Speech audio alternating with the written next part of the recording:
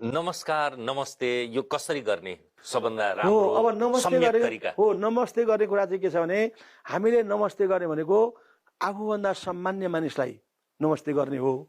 नमस्ते गर्दाखेरि हाम्रा तीन किसिममा नमस्ते गर्छन् मान्छेहरू।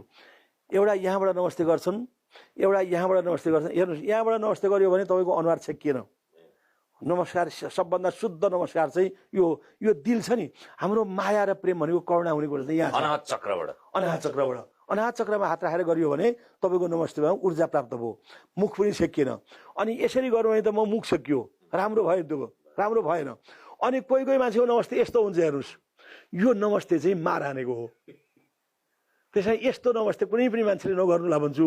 अनि कतिपय मान्छेले हलो यार भन्छन् दाहिने हातले, यो पनि हुन्छ। एकहस्त प्रणामेन रौरवम नरकम प्रजेत। एक हातले नमस्ते गर्ने मान्छे रौरव नामक नरकमा पर्छ भनेको छ। अनि दाहिने हातले पनि गर्नु भने देब्रे हातले हलो यार भन्छ, यसरी यो पनि हुँदैन।